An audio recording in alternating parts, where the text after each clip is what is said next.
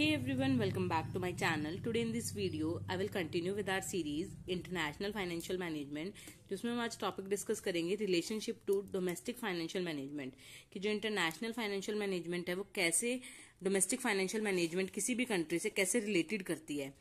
Due to unexpected rise in international business activities in recent years में globalisation की वजह से क्या हुआ है, बहुत ज्यादा एक्सट्रीम लेवल ऑफ राइज हुआ है इंटरनेशनल बिजनेस एक्टिविटीज में. तो जिसकी वजह से क्या हुआ, फाइनेंशियल ऑपरेशंस जो हैं वो ग्लोबल लेवल पे एकदम से इंक्रीज ट्रेमेंडेंसली बहुत ज्यादा इंक्रीज हुए हैं. तो जिसकी वजह से नई नई रिसर्च कंडक्ट करनी पड़ी है फील्ड में, कॉर्पोरेट फील्ड में. तो इसकी वजह से क्या किया गया है, the major emphasis of these studies was to examine the methodology and the logic of financial economics. इसका मेन ऑब्जेक्टिव क्या है कि हमें क्या जानना है, फाइनेंशियल इकोनॉमिक्स के बारे में जानना है. उसकी वजह से क्या क्या चीजें इफेक्ट हुई हैं इंटरनेशनल फाइनेंस डिसीजन की वजह से, क्या क्या रिस्क के एक्सचेंज हुआ है, क्या क्या इन्वेस्टमेंट एनालिसिस हम करेंगे. अब इसकी वजह से जो मेनली हुआ है वो 3 तरह के काम हुए हैं जो इंटरनेशनल बिजनेस और डोमेस्टिक बिजनेस के बीच में हुआ है. हम डिस्कस करेंगे वो कॉन्सेप्ट जिसकी वजह से इंटरनेशनल फाइनेंशियल मैनेजमेंट का एक थ्योरेटिकल बेसिक डेवलप हुआ है किसके की तरह, डोमेस्टिक फाइनेंशियल मैनेजमेंट की तरह. नंबर 1 इज आर्बिट्रेज की एक उन दोनों के बीच में आर्बिट्रेज का कॉन्सेप्ट डिस्कवर हुआ है कि इनके बीच में इंटरनेशनल और डोमेस्टिक के बीच में मार्केट एफिशिएंसी डिस्कवर हुई है और एक कैपिटल एसेट प्राइसिंग डिस्कवर हुई है. अब आर्बिट्रेज जनरली होता क्या है, आर्बिट्रेज यानी अगर कोई कंपनी या कंट्री क्या करती है, एक जगह से सामान खरीदती है और उसको एक मार्केट से सामान खरीद कर दूसरी मार्केट में ज्यादा पैसों में बेच देती है प्रॉफिट अर्न करने के मोटिव से, तो उसे हम क्या बोलते हैं, आर्बिट्रेज बोलते हैं. तो अब इसका डोमेस्टिक और इंटरनेशनल मार्केटिंग से कैसा लिंक हुआ, तो डोमेस्टिक और इंटरनेशनल मार्केटिंग से लिंक कैसा हुआ कि डोमेस्टिक मार्केट से कोई सामान खरीदा और उसे इंटरनेशनल मार्केट में ज्यादा प्राइस पे बेच देना, वो क्या हो जाएगा, हमारा आर्बिट्रेज कॉन्सेप्ट हो जाएगा. जैसे एग्जांपल दे रखा है, एक फॉरेन एक्सचेंज डीलर ने क्या करा, $1 मिलियन खरीद लिया बॉम्बे मार्केट से.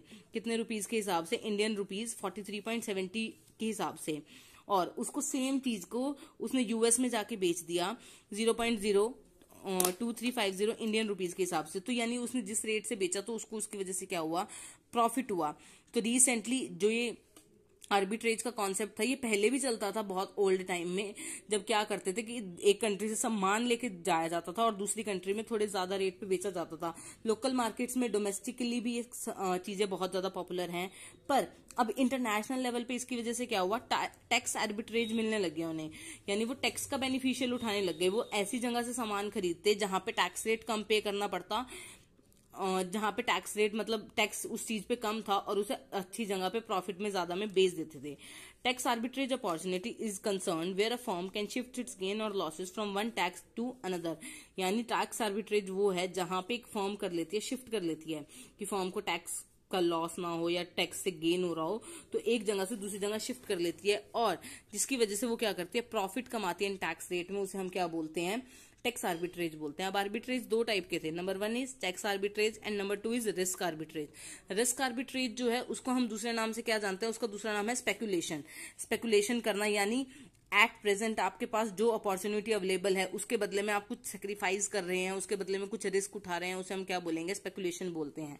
ये रिस्क आर्बिट्रेज है, ये आर्बिट्रेज का दूसरा टाइप है. यानी एक तरह से हमें क्या करा, एक चीज को उठाया और दूसरी जगह बेच दिया, उसे हम क्या बोल रहे हैं, रिस्क आर्बिट्रेज बोल रहे हैं. Refers to opportunity available on risk adjusted return on different securities or asset unless there is no market imperfection in such adjustment.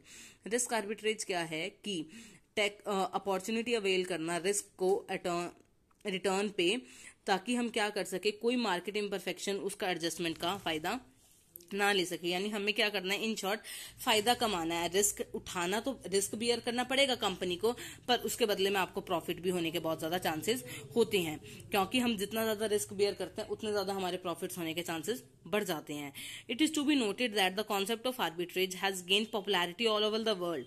जो कॉन्सेप्ट था किसका, आर्बिट्रेज का, वो ऑल ओवर द वर्ल्ड बहुत ज्यादा पॉपुलर हुआ, specifically in international markets due to difference in exchange rate. अब ये पॉपुलर क्यों हुआ, आर्बिट्रेज का कॉन्सेप्ट जो डोमेस्टिकली और इंटरनेशनल में रिलेशन बना, वो क्यों पॉपुलर हुआ, क्योंकि अलग अलग एक्सचेंज रेट थे. कोई सामान कहीं किसी रेट से बिकता है, कहीं पे किसी और रेट से बिकता है. तो एक्सचेंज रेट्स में फर्क होने की वजह से, इंटरेस्ट रेट में फर्क होने की वजह से, कंट्री के इन्फ्लेशन रेट यानी कंट्री में कितनी महंगाई है किसी चीज की, उसकी फर्क होने की वजह से आर्बिट्रेज अपॉर्चुनिटी ने एक बहुत अच्छा रिलेशनशिप क्रिएट किया किस किस के बीच में, डोमेस्टिक और इंटरनेशनल फाइनेंशियल मार्केट के बीच में।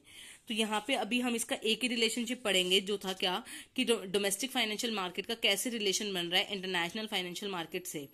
तो अगर आपको इससे रिलेटेड कुछ भी डाउट है तो आप मुझे कमेंट सेक्शन के थ्रू पूछ सकते हैं, और अगर आपको इसकी पीडीएफ चाहिए तो उसका लिंक भी आपको डिस्क्रिप्शन में मिल जाएगा, तो आपको वहां से इसकी पीडीएफ भी मिल जाएगी। अगर आपको कुछ भी डाउट है तो आप मुझे कमेंट सेक्शन के थ्रू पूछ सकते हैं। Stay tuned for more videos and thank you for watching this.